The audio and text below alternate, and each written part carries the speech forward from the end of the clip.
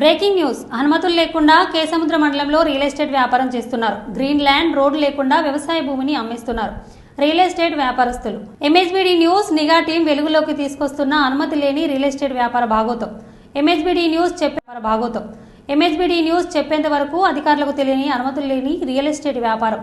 కేసముద్ర మండలం కల్వాల గ్రామంలో survey number 151/1/1 భూమితో ఎలాంటి అనుమతులు లేకుండా ఫ్లాట్ల పేరుతో అమ్మేస్తున్నారు రిలేటెడ్ వ్యాపారస్తులు. ఇంత జరుగుతున్నా చోద్యం చూస్తున్న అధికారులు, యంత్రాంగం. నిబంధన ప్రకారం 33 ఫీట్ల రోడ్డు, డ్రైనేజీ వ్యవస్థ, గ్రీన్ ల్యాండ్ లేకుంటే రియల్ ఎస్టేట్ వ్యాపారం జరుగుతోంది. వ్యాపారం చేస్తున్న దాంట్లో ఒకరిపై అనేక ఆరోపణలు ఉన్నాయి. గతంలో ఐపీ పెట్టిన వ్యక్తి ఉన్నట్లు సమాచారం. రూపాయి కూడబెట్టి పేద ప్రజలు కొనుక్కుంటున్నారు. వాళ్లకు భరోసా లేకుండా పోతుంది. ఈ రియల్ ఎస్టేట్ వ్యాపారం గురించి తమకు తెలియదు అని ఓ హరిప్రసాద్ తో ముఖాముఖి. చేసిన తర్వాత ప్లాటింగ్ సిస్టమ్ ఎలా ఉంటుంది సార్? వ్యవసాయ భూమిని వ్యవసాయేతర భూమిగా మార్చుకోవడానికి మొదట రెవెన్యూ వారి దగ్గర నాలా పర్మిషన్ తీసుకోవాలి. ఆ తర్వాత ఆ భూమికి సంబంధించినటువంటి సైట్ ప్లాన్ ఒకటి, లేఅవుట్ ప్లాన్ ఒకటి, 2 ప్లాన్స్ తీసుకోవాలి. ఈ నాలా పర్మిషను ప్లస్ అక్కడ ఉన్నటువంటి ఇరిగేషన్ ఛానల్స్ ఏమైనా ఉంటే ఇరిగేషన్ వాళ్ళ దగ్గర ఎన్ఓసి తీసుకోవాలి. తర్వాత ఎలక్ట్రిసిటీ ఏమైనా ఉంటే ఎలక్ట్రిసిటీ వాళ్ళ దగ్గర ఎన్ఓసి తీసుకొని ఆ డాక్యుమెంట్ ఓనర్షిప్ డాక్యుమెంట్స్, ఈ సైట్ ప్లాన్స్, వీటన్నిటితో ఈ పంచాయతీ అనే ఒక సాఫ్ట్వేర్ ఉంది. ఆన్లైన్లో ఈ పంచాయతీలో వాళ్ళు లేఅవుట్ పర్మిషన్ కొరకు అప్లై చేసుకోవాలి. అప్లై చేసుకున్న తర్వాత ఆ మొత్తం కూడా అదంతా కూడా పంచాయతీ సెక్రటరీ, ఎక్కడైతే వాళ్ళు అది గ్రామ పంచాయతీ అయితే గ్రామ పంచాయతీకి, మున్సిపాలిటీ అయితే మున్సిపల్ పరిధిలో ఉన్నటువంటి వారికి ఆ పంచాయతీ కార్యదర్శి లాగిన్లోకి వస్తుంది. వచ్చిన తర్వాత ఆ సెక్రటరీ దాన్ని లేఅవుట్ పర్మిషన్స్ అనేది ఇవ్వడానికి గ్రామ పంచాయతీ ఉండదు కాబట్టి ఆ సెక్రటరీ దాన్ని డిటిసిపిఓ వాళ్ళకి ఫార్వర్డ్ చేయడం జరుగుతుంది. District town and country planning office వాళ్ళకి ఫార్వర్డ్ చేస్తారు. ఫార్వర్డ్ చేసిన తర్వాత వాళ్ళు వెరిఫై చేసి వాళ్ళు ఫీల్డ్ మీదకి వచ్చి అవన్నీ చెక్ చేసుకుంటారు. ఆ డాక్యుమెంట్స్ అన్నీ కూడా, ఉండవలసిన డాక్యుమెంట్స్ అన్నీ కూడా ఉన్నాయా లేవా అన్నీ చూసుకున్న తర్వాత దానికి పర్మిషన్ ఇవ్వడం జరుగుతుంది. సార్ దాని కింద గ్రీన్ ల్యాండ్ అని ఉంటుంది, ఎంత తీస్తారు సార్? 10% ప్రపోజ్డ్ లేఅవుట్లో నుంచి 10% గ్రీన్ ల్యాండ్ తీయాలి. అది గ్రీన్ ల్యాండ్ ఆ గ్రామ పంచాయతీకి రిజిస్ట్రేషన్ చేయాలి. రోడ్ల వెడల్పు విస్తరణ ఎంత ఉండాలి? 33 అడుగుల రోడ్లు ఉండాల్సిందే. 33 ఫీట్ రోడ్స్ ఉండాలి.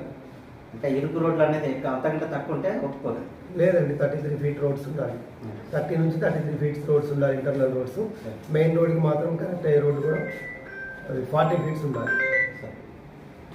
అప్రోచ్ రోడ్స్ లోపల ఇంటర్నల్ రోడ్స్ 30 నుంచి కనీసం 30 మినిమం 33 అడుగులు ఉండాలి. ఆ పర్మిషన్ లేకుండా లేఅవుట్ చేస్తున్నట్లయితే దానికి వెంటనే నోటీస్ ఇస్తాము. వాళ్ళు పర్మిషన్ తీసుకున్న తర్వాత మొదలు పెట్టుకోవాలి.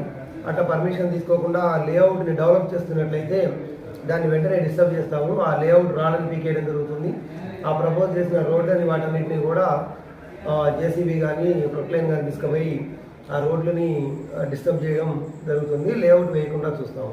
సార్ కొన్ని దుక్కులో పేపర్కి మాత్రమే కాగితాలు ఉంటాయి, పేపర్లో మాత్రమే ప్లాట్ ఉంటుంది. వాళ్ళు పర్మిషన్ తీసుకున్న తర్వాత మొదలు పెట్టుకోవాలి. అట్లా పర్మిషన్ తీసుకోకుండా ఆ లేఅవుట్ని డెవలప్ చేస్తున్నట్లయితే దాన్ని వెంటనే డిస్టర్బ్ చేస్తాము. ఆ లేఅవుట్ రాళ్ళని పీకేయడం జరుగుతుంది.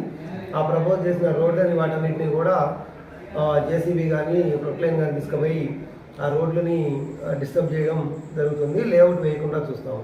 సార్ కొన్ని దుక్కులో పేపర్కి మాత్రమే కాగితాలు ఉంటాయి, పేపర్లో మాత్రమే ప్లాట్ ఉంటుంది. తర్వాత సైట్లో ప్లాట్ రోడ్లు ఉండవు, తర్వాత రాళ్ళు ఉండవు. వాటిని బేరం చేస్తాం. వాటి మీద ఎలాంటి చర్యలు? అటువంటివి ఇప్పుడు మాకేమీ ఇంటెలిజెన్స్ ఏముండదండి. గ్రామ పంచాయతీకి ఎవరైనా కంప్లైంట్ చేస్తే అవి నిజమా కాదా అనేది ఆ కంప్లైంట్ని పట్టుకొని విచారణ చేస్తాము.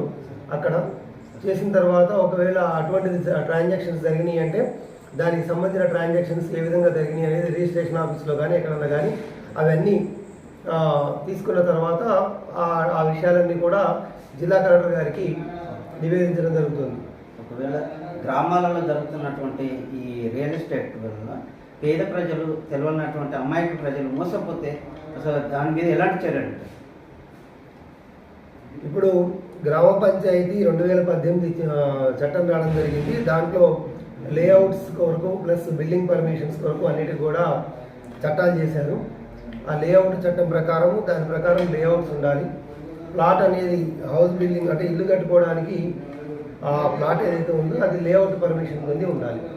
ఆ లేఅవుట్ లేని వాటికి ఇప్పుడు మనకి ఎల్ఆర్ఎస్ అనే స్కీమ్ తీసుకురావడం జరిగింది. దాని ద్వారా రెగ్యులరైజ్ చేసుకోవాలి. ఇప్పటి వరకు ఉన్న వాటికి అది రెగ్యులరైజ్ చేస్తున్నారు అప్లై చేసుకున్న వాటికి. ఇక ముందు అటువంటి ఏమైనా జరిగినట్లయితే ఇట్లా నోటీస్లోకి వస్తే వాటిని ఎంక్వైరీ చేసి దాని మీద రూల్స్ ప్రకారం ఫర్దర్ యాక్షన్ తీసుకుంటాం. ఎంపీఓ హరిప్రసాద్ గారు చెప్పేది లేఅవుట్ లేకుండా ఎవరు కూడా ప్లాట్ కొనకూడదు, అమ్మకూడదు. అలా ఏమైనా అయితే మాత్రం చట్టరీత్యా చర్య తీసుకుంటాం. అది మాకు నోటీస్కి వస్తానని హరిప్రసాద్ గారు